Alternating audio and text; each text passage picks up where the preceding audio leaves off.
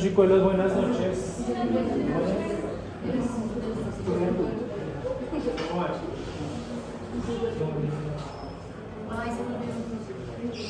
Chicuelos, voy a tomarme de forma un poco abusiva, como es específicamente de la clase, pero la universidad viene desarrollando desde la parte de emprendimiento algo llamado charlas de capital semilla, que son una serie de charlas para aporte directo a sus emprendimientos y demás.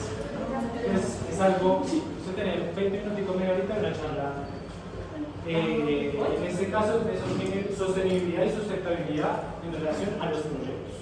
¿Listo?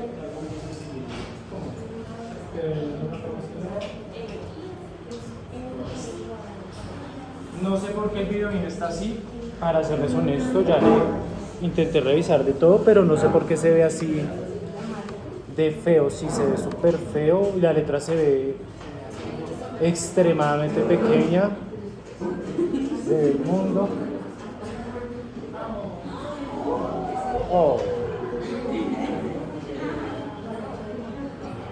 Lo más bonito de la clase, ya.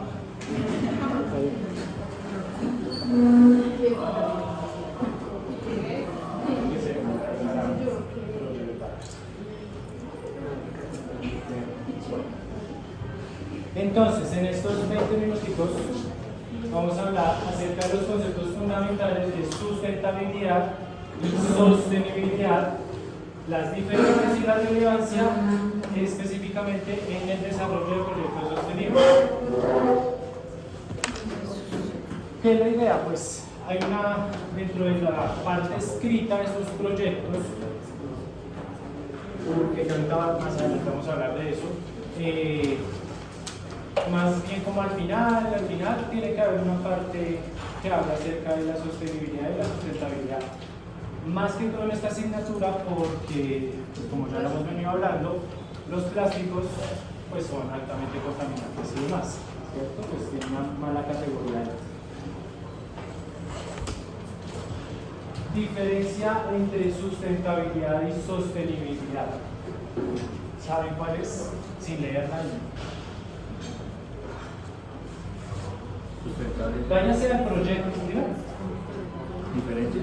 Sí, ¿qué diferencia hay entre esas dos? Pues ahí está entre lo que puede beneficiar al ambiente y lo rentable también que puede ser. Perfecto, sí señor. La principal diferencia entre sostenibilidad y sustentabilidad es la siguiente. Y caracterizamos de una vez. La sostenibilidad habla de tres ejes: el eje ambiental, el eje social y el eje económico. Siendo el eje económico pues el principal. Si una empresa no vende, si una empresa no explota para conseguir una materia prima y así conseguir un producto, pues no va a ser económicamente, entre comillas, viable esa empresa. Eso es por un lado, será la sostenibilidad. Tenemos estos tres ejes. Y la sustentabilidad es cómo va a sostenerse esa empresa. Es sustentable, o sea que en el razón al tiempo sí reciba una ganancia. Desde la parte ambiental y específicamente de la sostenibilidad, buscamos que estos tres ejes estén unidos, pero que el eje central sea el eje ambiental. ¿Listo? Eso es lo que se busca, que el eje ambiental sea el principal. Ya vamos a ir viendo ahorita acá más adelante una serie de ejemplos. Se ve feísimo, ¿cierto? Para caracterizar más en razón a sus proyectos.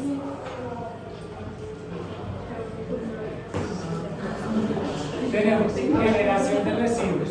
Entonces, acá vamos a tener un impacto a nivel de la producción.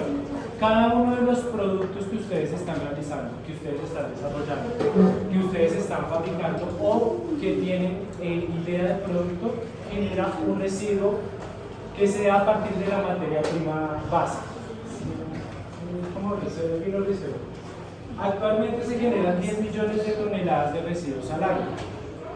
Dentro de toda esa generación de residuos existen materias primas que pueden ser reutilizadas, pero que no se utilizan dentro de los procesos de producción, lo cual nos conlleva a tener productos altamente contaminantes. Ejemplo de sus proyectos. Una materia prima de cualquiera de los proyectos de ustedes, materia prima que ustedes utilizan. ¿Cuál es la materia prima para hacer la resina? Ese es el producto. Bifenol, por acá. Papa. Soy por ahí atrás. Glicerina. Bien. Todos esos son materias primas bases para sus productos, ¿cierto? En muchos casos no se utiliza el 100% de la materia prima. De esa materia prima puede quedar algún tipo de residuo y el residuo simplemente se desecha, se bota y ya, o sea, no se realiza nada más. ¿Qué se busca? Utilizar esas materias primas o esos residuos que quedan en el proceso de producción. A esto le llamamos economía circular, que se basa en que la producción no sea lineal, perdón, ahí la pronunciación chistosa, sino que sea circular. Va a sonar ahí un tanto poco eso, pero tiene una razón de ser. Háblenme de su proceso productivo, de cualquiera, o sea, señalo y me dicen cualquier cosa, desde el inicio, de forma resumida, ¿no? Del inicio al final. Por ejemplo, el almidón, las películas de almidón gelatinizado. ¿Cómo inician y hasta qué producto llegan? De forma muy resumida. ¿Cómo iniciamos? Desde el proceso de producción, o sea, ¿qué es tu materia prima después que tienen que realizar? O sea, algo muy cortito. Pues es que el proyecto se inicia con el almidón en sí. ¿Sí? Listo.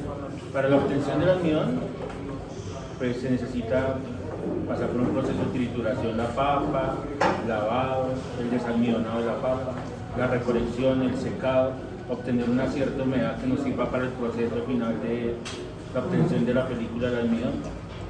Después pasa un proceso de gelatinización a cierta temperatura, donde le vamos a añadir, puede ser ácido acético, glicerina, para darle una maleabilidad a ese plástico. ¿Sí? Y ahí ya sería mirar qué podemos formar con esa película que vamos a obtener para obtener una bolsa o algo que sea biodegradable para el ambiente, pero también hay que mirar que sea económicamente sostenible. ¿Por qué?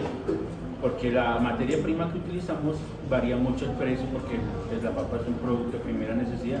No podemos estar triturando papa solo para utilizarla en el almidón. Entonces hay que irnos a un producto secundario que ya es obtenerlo de la forma industrial. O sea, artesanal no haría, nos quebraríamos en el intento. Hay que hacerlo de forma secundaria o obtener un producto adicional a la utilización de la papa en otra cosa, y ese residuo que es el almidón se utilizaría para la película de ese bioplástico. Perfecto.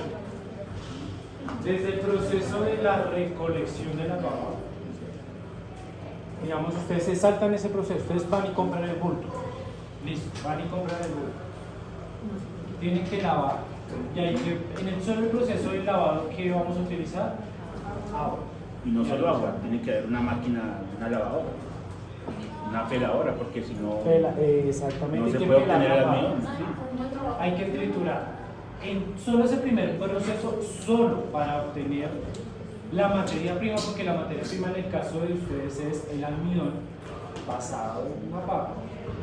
Pasado ese proceso vamos a tener ya como 3-4 residuos, aparte de agua contaminada, porque digamos, esa es un poco más fácil de tratar, pero tenemos también contaminación. Sí, pero hay muchos cruzados, sí, mucho el contenido de tierra, residuos de O tierra, de carácter orgánico, residuos que puede haber del mismo proceso de obtención del almidón, porque como va a haber un traslado, o sea, no nos podemos garantizar de que no vaya a tener residuos de cloro el agua, porque pues el agua tiene un residuo de cloro que puede afectar la calidad del plástico.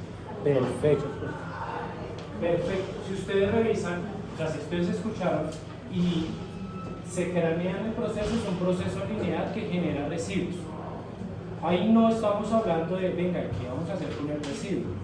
No. ¿Por qué razón? Porque es que el enfoque, ¿cuál es? La creación de la película. O sea, porque es el proyecto, uno, porque es la producción, porque es lo que yo estoy buscando. ¿Qué busca la economía circular? No solamente que se cree el producto en sí, sino que entre los productos, uno, los residuos puedan ser reutilizados para otro tipo de procesos.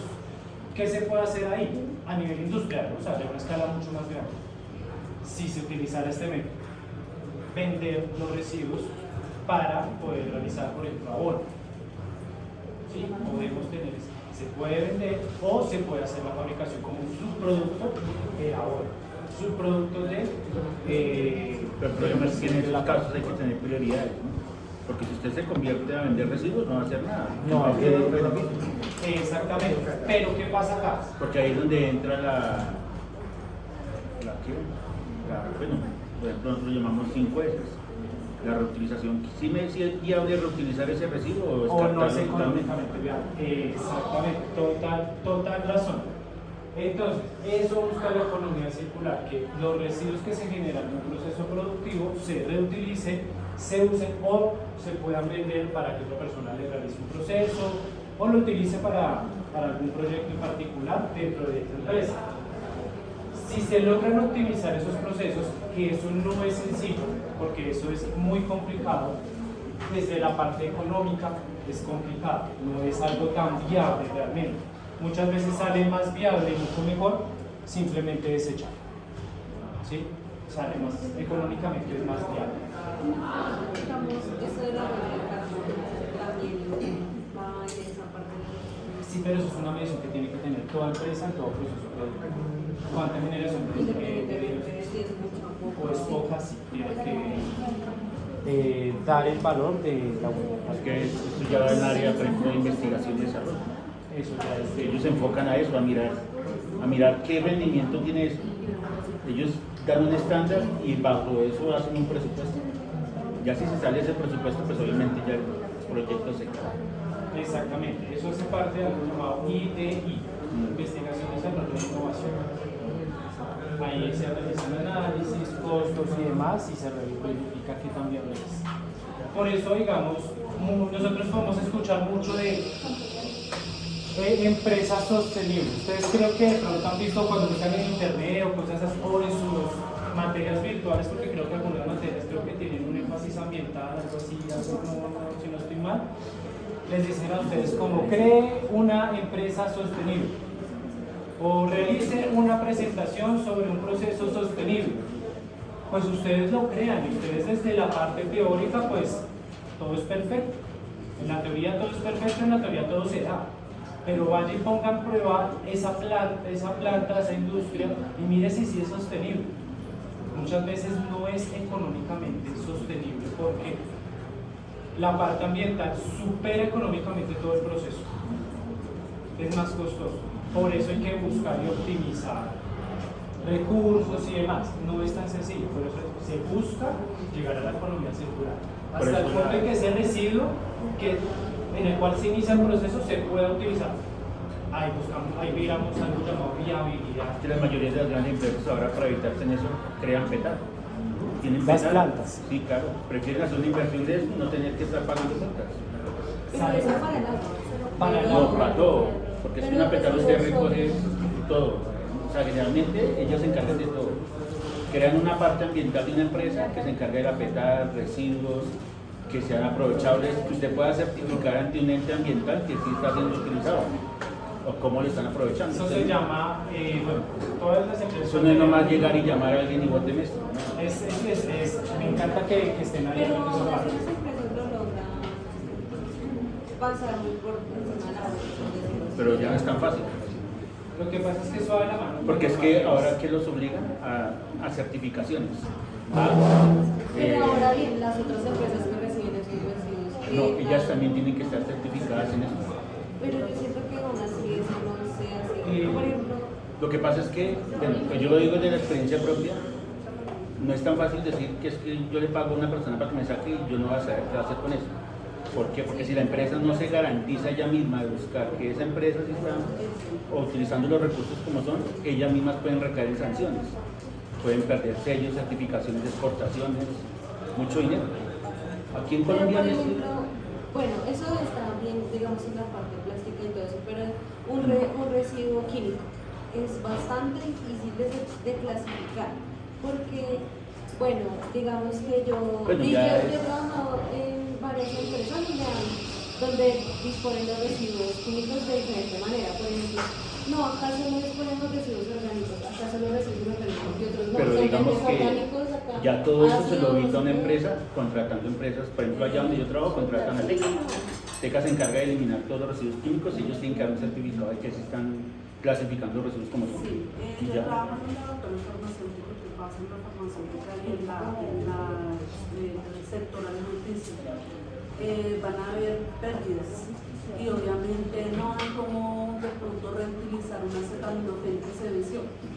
Entonces ellos contratan una empresa que ellos tienen que disponer los residuos de la forma que el INVIMA diga. Ellos que tienen que hacer llevar acta de lo que llevaron, las cantidades, el peso, fotos y un acta de cómo lo dispusieron.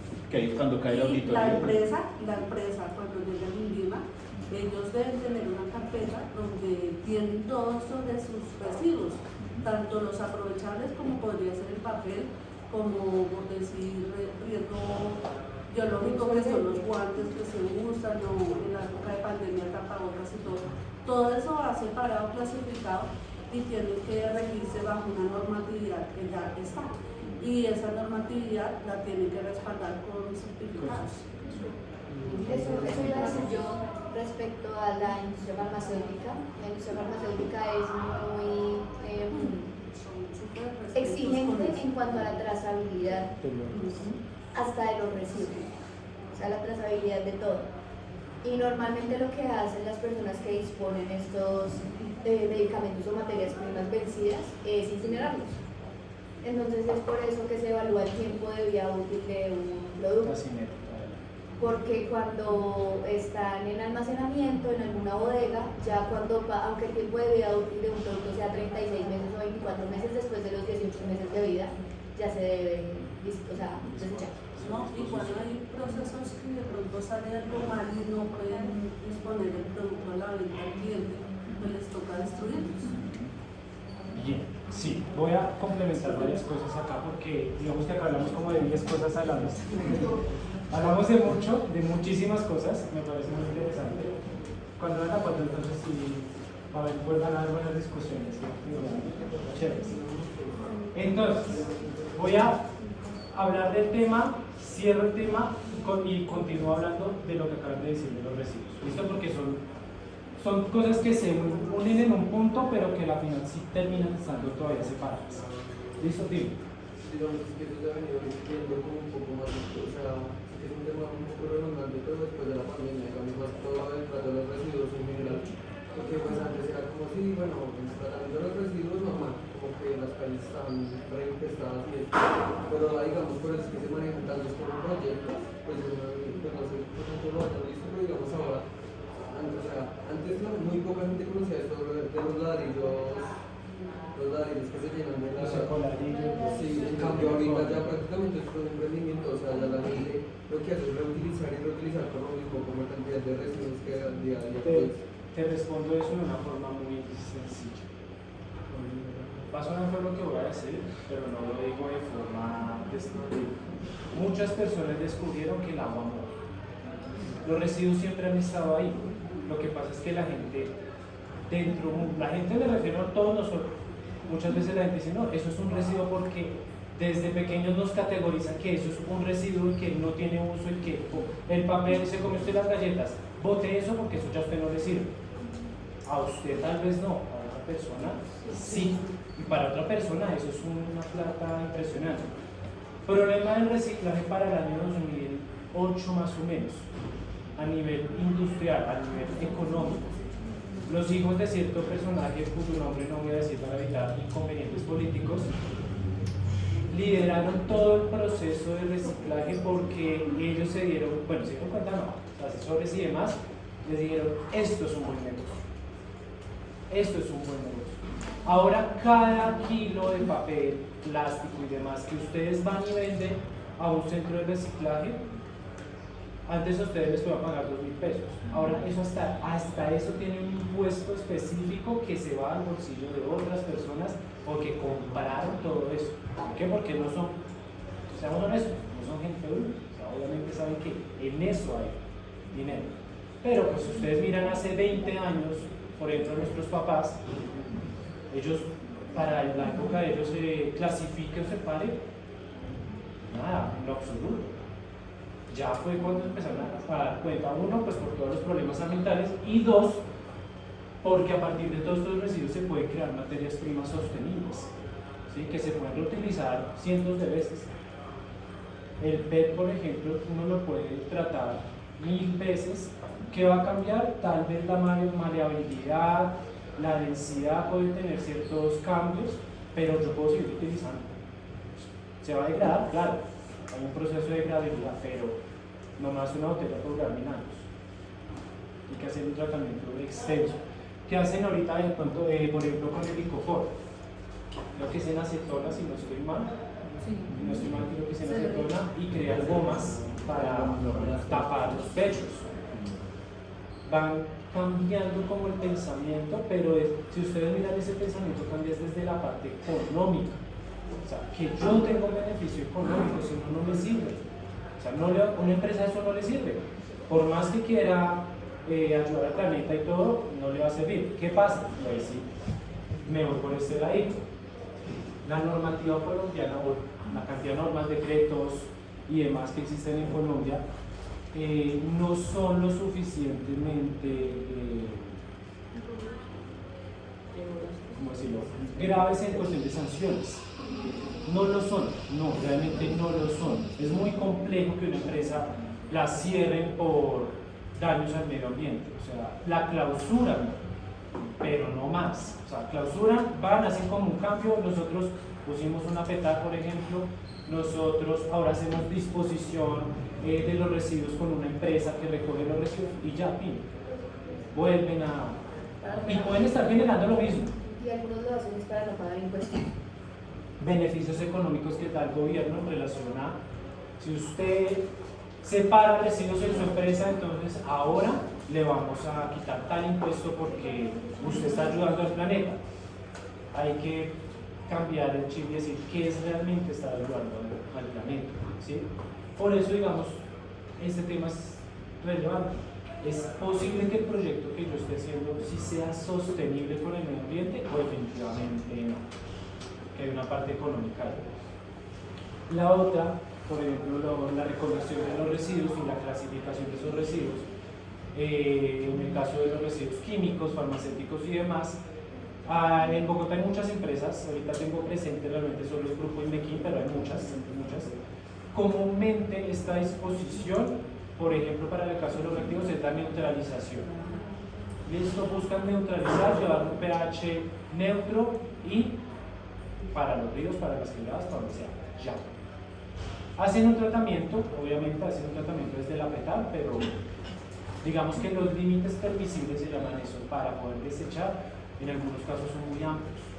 O sea, son límites, ejemplo, hay unos límites para empresas de minería en relación a los metales pesados, pero esos límites, digamos, son estrictos, pueden decir, menores a una parte por millón de mercurio, plomo, etc. Para la industria minera. Pero ustedes van y miran los parámetros, por ejemplo, para un laboratorio académico, dice plomo, mercurio, análisis y reporte. ¿Vale? O sea, le dice analícelo y repórtelo. Nada más. No le está diciendo a usted que no lo pueda desechar, simplemente le dice reporte. Listo. Entonces vemos con unas de pronto sí, porque digamos la minería contamina bastante, pero tenemos procesos como por ejemplo los laboratorios de acá de la universidad, donde, no sé, hacen ustedes una práctica con nitrato creo que es un nitrato de mercurio, o con yoduro de plomo, o con los yoduros en sí, permanganato, solvente, no solo reportero. Y pues lo que hace usted, ¿qué es? ¿Qué hacen los laboratorios? Lo clasifican en los diferentes bidones para que le hagan un tratamiento posterior. O sea, eso es una unión de muchos procesos. Adicional, ahora asumimos y digamos lo siguiente, y hago la pregunta de forma general. Ustedes cuando van al laboratorio, yo sé que sí, pero ¿son conscientes que donde están desechando sí sea el bidón específico para eso, sí les sirva? Muchos de ustedes dirán sí, pero créanme que hay personas que llegan y tienen, por ejemplo, Permanganato es un oxidante fuerte. Ven, bidón de soluciones acuosas, solventes halogenados, solventes no halogenados. ¿Ven dónde lo desecho? Ahí en soluciones acuosas. ¿Qué hace el estudiante? Soluciones acuosas. Y yo no sé cómo vaya a reaccionar eso. La reactividad es totalmente diferente frente a la formación de una ácido, una base, una alcalá. ¿Han pasado accidentes? Sí, en la P lo vi una vez.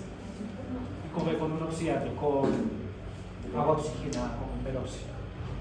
Como si nada, fue lo mismo de soluciones acuosas. Pasaron como 3 minutos. Un espumero. Y el día que se todo eso ahí. ¿Qué hacen ustedes? ¿Qué harían ustedes? Son los encargados del laboratorio. ¿Qué hacen? Traer el trapero.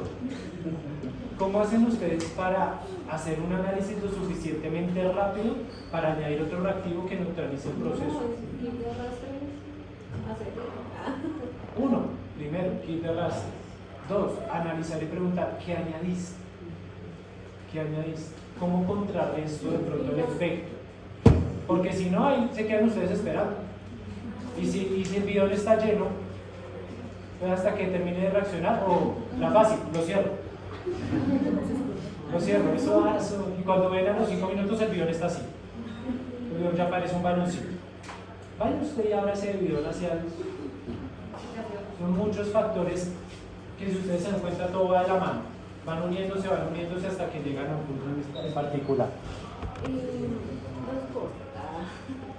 Yo estuve en una empresa donde hubo un accidente gravísimo por el mismo desecho de residuos.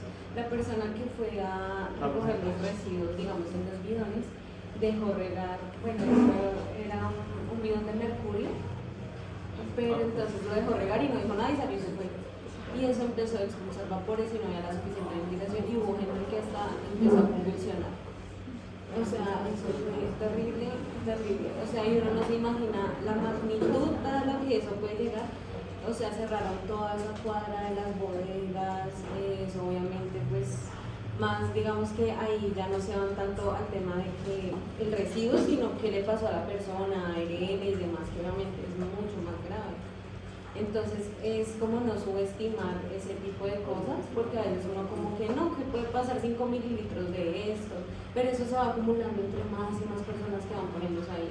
Y otra parte, digamos, que también quería mencionar es que como que llevar esto no solamente es importante porque hace parte de una norma o hace parte de la universidad, sino que, no sé, yo siento que muchas personas que trabajamos como en este ámbito también hace parte de nuestra ética profesional, como preocuparnos por el medio ambiente, como de verdad ser conscientes del daño que estamos haciendo y pues compartirlo eso. Digamos que en mi trabajo, como que yo tengo muchas discusiones con mis compañeros por lo mismo, porque pues trato de que todas las personas dispongan las cosas donde deben estar, pues no porque quiera que me felicite mi jefe o porque quiera, no sé, que voy a fastidiar a esta persona, sino porque de verdad hace parte de ser consciente. O sea, uno a veces piensa que estos residuos, pues uno más, uno menos, pues al final, pero no es así. O sea, eso habla mucho como también de uno, digo yo, que no solamente hacer y demás, sino pensar más allá, qué puede estar afectando eso. ¿Sí? Ahí complemento lo siguiente, hasta que a uno no le pasa, uno no le pone cuidado. Si hasta que uno no tiene un accidente, no le pone atención. Adicional, aparte de la ética, también va el profesionalismo. Ustedes están haciendo una carrera. Cuando llegan al laboratorio y les pasa un accidente, muchos, y se los digo porque ya lo he visto, no solo acá en el laboratorio, sino en las empresas donde están, quedan así, literal, o sea, eso están y quedan así, quedan en shock. O sea, usted es el ingeniero, usted es la ingeniera, ¿usted cómo se le ocurre quedarse quieto? Claro, uno puede quedar en shock porque, digamos, añadir, ¡pum!, saltó. Pues uno se asusta, pero hay que saber cómo reacciona. Inmediatamente, listo. El kit de derrames, ¿cómo empiezo yo? Vengan, avisemos. Creo que en las empresas manejan una serie de pitos y si usted pita 2 veces es porque hubo un accidente interno, se pita 3 veces, la salida, etc. Reacciona. O sea, pasa? Las personas muchas veces quedan sin reaccionar. Yo no, ojalá, espero que no, igual siempre hago las preguntas. ¿Han estado en un laboratorio que les haya pasado así algo chiquito a alguien acá en los laboratorios? ¿Sí? ¿Cuál es la principal? ¿Qué es lo primero que hay que hacer si hay un accidente? Asegurar el área, alejarse, notificar, listo. Están 3 personas. Algo estalló. Un beaker con una solución, estaban calentándole, lamentablemente el beaker con una solución de etanol que estaba haciendo un proceso de evaporación estalló. ¿Qué es lo primero que hay que hacer? Cerrar todos los puntos donde yo pueda generar un problema mayor. Es lo primero. Me alejo de la zona, pero todo eso se tiene que hacer muy rápido, tienen que reaccionar. Por eso en un laboratorio, más que todo en un laboratorio, nunca hay o nunca puede estar una persona trabajando sola. Siempre tiene que haber por lo menos 2 personas, así yo esté acá y su mesa está allá, pero que yo pueda observar qué están haciendo. Porque si abrió, no sé, tuvo una reacción alérgica, de pronto un solvente algo y se desmayó, y yo ni siquiera estoy viendo dónde está, yo cómo sé cómo reaccionar, o sea, yo cómo sé qué puedo hacer. Tengo que estar observando. ¿Cómo meten las empresas cuando utilizan solventes? Les piden y les dicen, avisa que vas a utilizar metanol. Pasa uno por la zona, chicos, voy a utilizar metanol, póngase la máscara ahí e inician el proceso. Esa es, digamos, ponerse los elementos de protección personal, es una medida como que uno de contención, creo que es, pues es la última cosa que uno debería utilizar, pero pues uno la debe usar siempre. Una vez una compañera estaba mezclando hidróxido de sodio, uno normal, con una solución de peróxido, pero entonces otra cosa, no leyó muy bien. Y entonces mezcló eso muy rápido y ella estaba riéndose y todo eso, y tenía las gafas acá. Y tenía la cabina, obviamente ya, bueno, afortunadamente estaba en cabina, y ella me estaba explicando a mí. Y se le estalló eso en la cara. Entonces tenía la cabina como por acá y entonces se le cayó eso en la cara, obviamente eso le abrió al alma y tuvo que irse para el médico y bueno, afortunadamente no fue una quemadura tan grave, pero imagínate perder un ojo por eso. O sea, bueno, la quemadura no fue, pasó y bloqueador y cosas, pero perder un ojo por eso.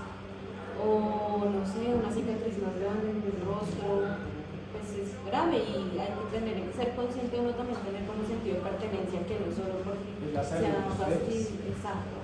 Muchos de ustedes a veces se enojan cuando en el laboratorio les dicen póngase las gafas, póngase la copa, y uno, ay, pero qué fastidio con las gafas, se quemaron, ¿y por qué no me puse las gafas? Es que fue culpa del profe porque el profe no me exigió las gafas, y uno queda como, te tiene más de 20 años, uno puede estar viendo a una persona de 20 años diciendo que pongas.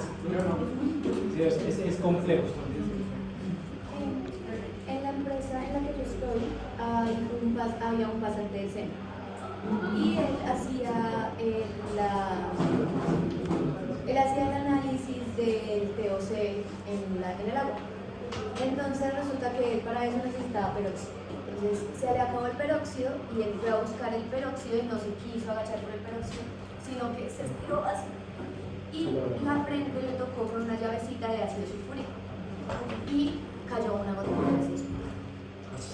Si él no hubiese tenido las gafas, la gota le cae al ojo. Pero como tenía las gafas, pues se le fue como por toda esta parte. Y él tiene una manchita roja en todo esto. Concentrado. Con una sola gotica de ácido. Sí, eso es peligrosísimo. Hay reacciones que ustedes cuando hacen síntesis de sales, sulfato de potasio, por ejemplo, se utiliza ácido concentrado, muy concentrado, demasiado. La reacción es supremamente explosiva.